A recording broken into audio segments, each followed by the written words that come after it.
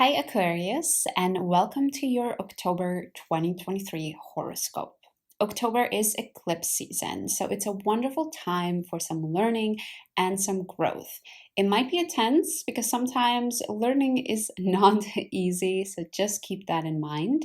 But hopefully this video will help you navigate the eclipse season a little bit better. If after watching this video you still think, oh my god, I actually want more help, I want some one-on-one support, then I wanted to let you know that my books are open. I have opened 10 spots for 30-minute long personalized eclipse readings. We're going to sit down one-on-one in a call, pull up your chart, and really take a look at what this eclipse means for you specifically. The booking link is down below in the description box. We start off the month with a bang. Between October 2nd and the 4th, Mars is conjunct the South Node in your 9th house, and it's sextiling, or they are sextiling Venus in your 7th house. As an Aquarius, you tend to love to explore, love to keep your mind open and understand all sorts of different approaches to life, all sorts of different lifestyles and experiences in life. However, this month, and especially at the beginning of the month, you are being asked by the South Node to step away from that. You are instead being asked to take a look a little bit closer to home, a little bit more to your local immediate environment, and start to bring more passion, more intensity, and more intuition into that part of your life. So taking your focus away from zooming out, exploring the rest of the world, all of the different lifestyles in the world, and instead focus on what's immediately around you. And what's immediately around you is asking you to please bring some of your passion in.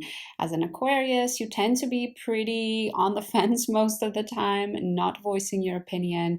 But however, this month is asking you to please do so. Please say the things that are on your mind, even if it might not make some people happy. Because this is sextiling Venus in your 7th house, there might especially be an opportunity to voice your opinion when it comes to your relationships. Between the 8th and the 10th of October, Mars separates from the South Node and is in the final degrees of Libra.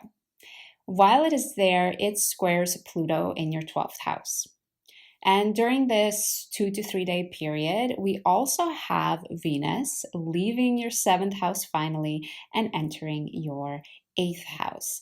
As it does that, it opposes Saturn in Pisces in your 2nd house. So a lot of squares and a lot of oppositions during this 2 to 3 day period. So it might feel quite a bit intense. During this time, Aquarius, here is what will help you. Dig deep into the old-fashioned beliefs you still have about organizations and institutions. Dig deep what you really believe in your subconscious about what belonging to a group means. There's a part of you that feels like you lose your individuality when you belong to a group, but that does not have to be true. Really examine those beliefs and try to understand that they are not true anymore. This will allow you to step up to the plate a little bit more and express what's on your mind a little bit more, as we already talked about earlier in the video. And it's actually a really beautiful gift, this 3-day period for you, because Venus entering your 8th house is going to make it much easier for you to bond deeply with other human beings. So as you're examining this side of you of, all right, I'm done with exploring the rest of the world.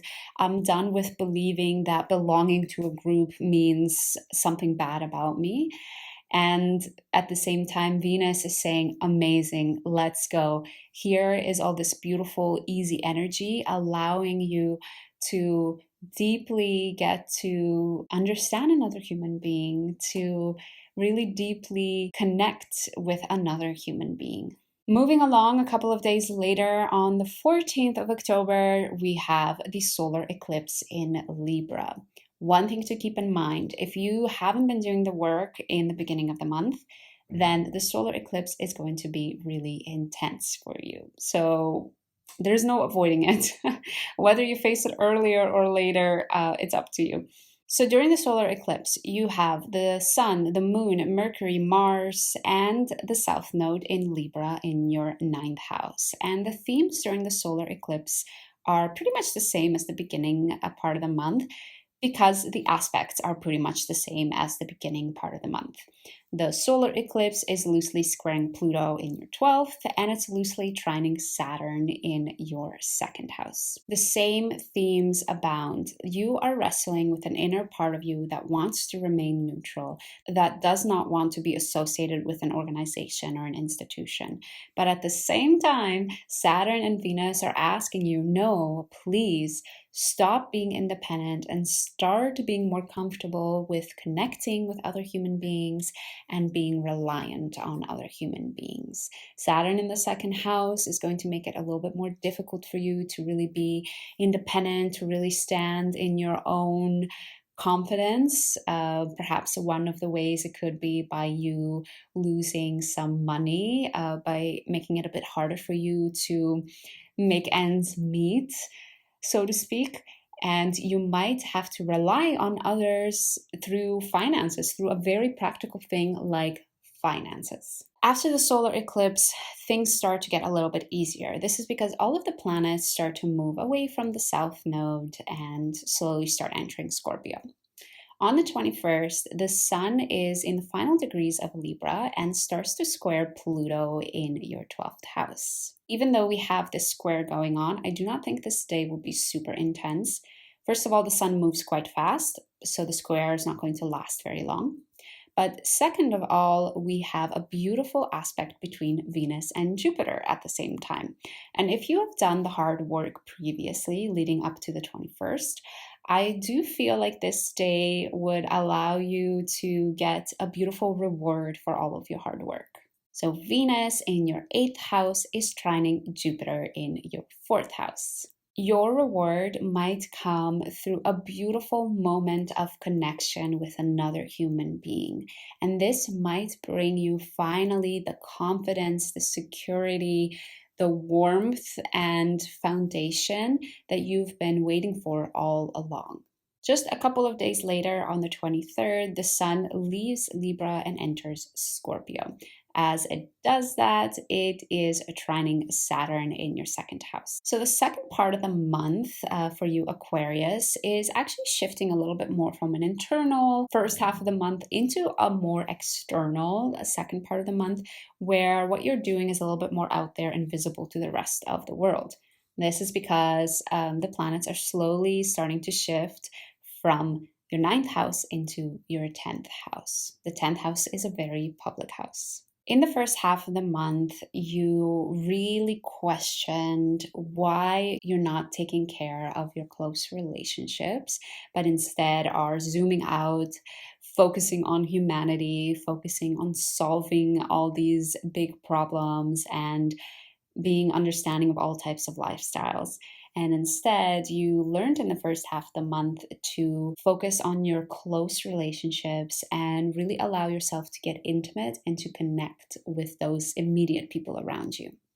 And the second half of the month is sort of interesting because I believe it's asking you to start to do the same in your public world. It doesn't mean that you're going to start to have the same relationship with your boss as you will with your partner, but it is about allowing yourself to show that same intensity, that same passion in the public world, in your work. This is all leading up to the lunar eclipse in Taurus on October 28th. So we have the Sun, Mercury, and Mars in Scorpio in your 10th house. And they are opposing the Moon and Jupiter in Taurus in your 4th house. There is an interesting pull during this month between the need to show your passion, show your opinions to the public world, to those around you. And at the same time, there is this pull from the inner part of you that it just wants to remain neutral, that wants to remain in its safe cocoon and not challenge things too much. So try to see if you can find the balance during this lunar eclipse. Finally, we close off the month on the 31st with Venus in your 8th house, trining Uranus in your 4th. There might have been a lot of ups and downs when it comes to your home and to your family the last couple of years, and all of the beautiful connections that you've made with those close to you in the last month, in all of October, on the 31st might allow you to have some new revelations, some new insights as to what it is that you actually need to bring you security and a sense of comfort. What do you actually define as home? What do you actually define as family? I see the 31st as a day that brings a lot of insights to you in terms of that area of your life. So that is it for October. It's quite a few things, Aquarius, but I would just really encourage you that you can be a part of a group. Does not mean that you are not your own individual. And actually, there are a lot of beautiful parts that can happen, a lot of beautiful things that can happen when you allow yourself to come close to others and to be supported by others. I hope you enjoyed this forecast. I do them every month. If you want to make sure you catch the one for November, then make sure you subscribe. Also, if after watching this video you're like, I think I want even more support, Emilia, please sit down with me. Let's look at my personal chart. Then I have good news for you. My books are open. The booking link is down in the description box. You can book a 30-minute personalized eclipse reading. Thank you so much for joining me, and I hope to see you again soon.